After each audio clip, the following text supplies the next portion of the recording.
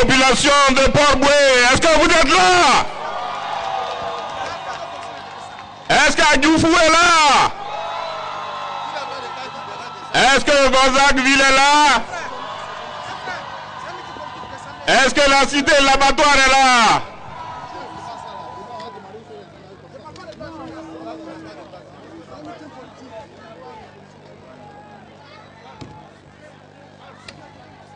Camarades présidents du Front populaire ivoirien et président de l'Alliance des forces démocratiques, mesdames et messieurs les présidents des partis politiques membres de l'Alliance, je voudrais vous saluer et vous dire que vous avez devant vous la population de Port-Boué, toutes tendances confondues. Camarades présidents, vous avez devant vous une population meurtrie. Une population qui vit dans la précarité. Une population qui vit en permanence dans la crainte des lendemains incertains. Une population désemparée. Voilà une population victime de la politique hasardeuse d'Alassane Ouattara qui est devant vous. Ils sont venus vous écouter. Port-Boué est une cité qui possède de nombreux atouts naturels et économiques.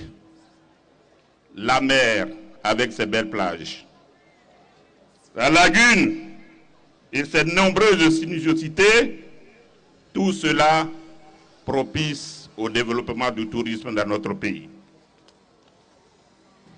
Nous avons l'aéroport d'Abidjan, le port d'Abidjan, une dynamique zone industrielle qui génère des ressources importantes pour l'État.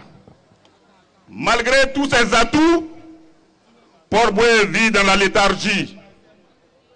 Le nombre de chômeurs s'accroît de jour en jour. Les jeunes gens à qui nous avons trouvé des emplois, soit au port, soit dans les entreprises industrielles du port, à la Sotra, à la Cire, ont été chassés de leur travail depuis l'arrivée au pouvoir de M. Ouattara.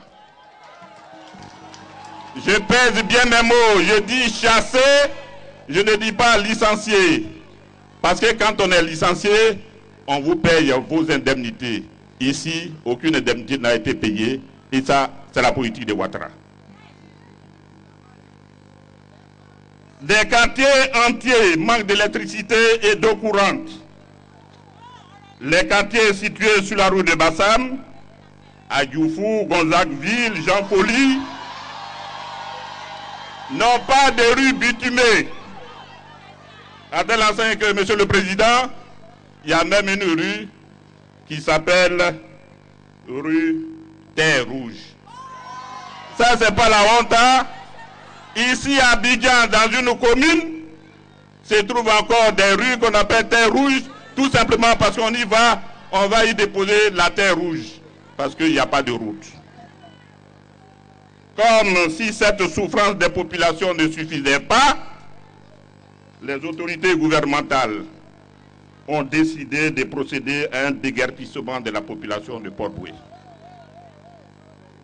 Quand vous allez à Grand Bassam, tous ceux qui sont situés à droite, tout a été déguerpi. Sans un plan de recasement, sans indemnité, tout simplement parce que le prince va aller à Assini et il veut regarder la mer, donc il faut enlever tout ça. Et on casse tout. Et on ne lui donne rien.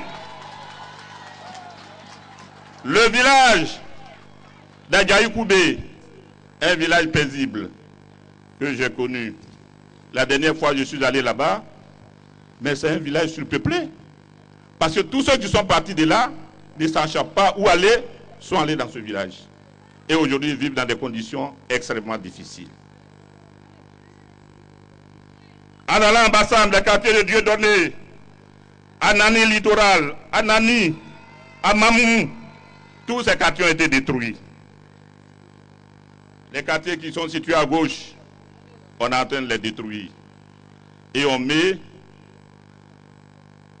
des murs en grillage pour les parquer, comme dans le temps de l'apartheid en Afrique du Sud. C'est une honte pour Alassane Ouattara et son gouvernement. Zimbabwe est depuis le 20 juin 2016 sous les menaces. On veut déguerpir les gens de Zimbabwe. Le quartier de l'abattoir, vous ne pouvez pas y aller tellement les odeurs nauséabondes existent dans ce coin et les gens sont constamment malades. Voilà des pains un peu Port-Boué que vous voyez aujourd'hui. Port-Boué victime de la politique hasardeuse de M. Alassane Ouattara. Au lieu d'apporter des solutions aux problèmes des populations de Port-Boué et à travers Port-Boué, des solutions aux problèmes des Ivoiriens, on vient nous distraire pour parler de la nouvelle constitution. Qui t'a dit qu'on veut une nouvelle constitution dans ce pays? Qui t'a demandé ça? Les Ivoiriens veulent la réconciliation, veulent la paix. Ils veulent vivre en paix et que leurs conditions de vie s'améliorent de jour en jour. Au lieu de faire face à ça, tu viens nous parler de nouvelles constitutions. Camarade président, je te laisse le soin de développer cela. Ce que je voudrais dire à nos amis ici, c'est que dans ces moments difficiles que vous traversez, nous sommes avec vous. Nous sommes avec vous, nous serons avec vous. C'est parce que des gens n'ont pas soulevé le doigt, n'ont pas levé le doigt pour dire à ces gens que votre politique n'est pas bonne, arrêtez, arrêtez, qu'ils continuent de le faire. Mais nous allons les arrêter. Zimbabwe ne sera pas déguerpi. Les déguerpissements sauvages sur la route de Bassam vont être arrêtés.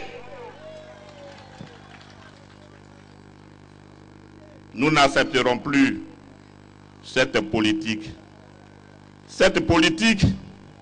antisociale qui, au lieu d'être au service du peuple, dessert le peuple. Nous n'accepterons jamais cela. C'est pour cela que nous sommes là. Nous n'accepterons jamais qu'on brime les Ivoiriens dans leur propre pays. C'est inacceptable. Pour cela, je vous demande de vous mobiliser. De vous mobiliser et surtout de procéder au changement. Il n'y a que par le changement que ces genres de choses peuvent s'arrêter. Vous savez, on a augmenté l'électricité. Et puis on vient vous dire que c'est la CIE. C'est faux, hein? Ce n'est pas la CIE qui a augmenté. Hein? C'est Ouattara et son gouvernement. Parce que c'est à l'issue d'un conseil des ministres qu'une décision a été prise pour augmenter l'électricité. Et comme lui n'est jamais au courant, même quand il parle en conseil des ministres, quand ça se complique de voir, il dit qu'il n'est pas au courant, alors on met ça sur la CIE. Non. Et ceux qui ont signé ces papiers-là, en conseil des ministres, c'est ceux-là qu'on vient envoyer ici pour être député ou maire. Ça, c'est pas la sorcellerie, ça. Des gens qui vous ont fait du mal, et c'est ceux-là qu'on vient envoyer ici pour être vos dirigeants. Je vous le dis, prenez vos responsabilités pour que les choses changent. Si vous ne le faites pas, ce n'est pas à Diayokoubé que vous allez partir quand on va vous déguerpir, mais c'est dans la mer qu'ils vont vous jeter. C'est ce que je suis venu vous dire, mais surtout vous dire que vous n'êtes plus seul. Nous sommes avec vous. Je serai régulièrement avec vous et je vais informer le président et l'ensemble des présidents des partis politiques de l'Alliance. Vous n'êtes plus seul. Quiconque viendra ici pour essayer de vous humilier, nous trouvera sur son chemin. Moi, j'ai vécu dans un pays, parce que j'étais en exil, là-bas, là, on fait la même chose, mais de façon civilisée. On recense les gens, on cherche le promoteur qui va construire, on met les sociologues, les architectes, ils font un travail, le gouvernement lui dit, va d'abord construire les logements de ceux qui sont là. C'est seulement, et seulement, quand ces maisons sont achevées, qu'on les a réceptionnées, qu'on ne peut que déguerpir les gens. Ici, on s'élève, on vient, on prend les caterpillars, on appelle d'autres bulldozers, et puis ils viennent, on casse, et puis on dit rien. Vous allez nous trouver cette fois-ci sur votre route. On ne canne rien ici. C'est ce message que je suis venu vous transmettre pour vous dire encore que vous n'êtes pas seul. Nous sommes avec vous. Le reste du point principal de la Constitution que Ouattara veut nous imposer, le président du parti, le président de l'Alliance et les présidents des partis politiques membres de l'Alliance vont vous l'expliquer. C'est ce que je suis venu vous dire. Nous sommes ensemble et nous serons toujours ensemble. Merci.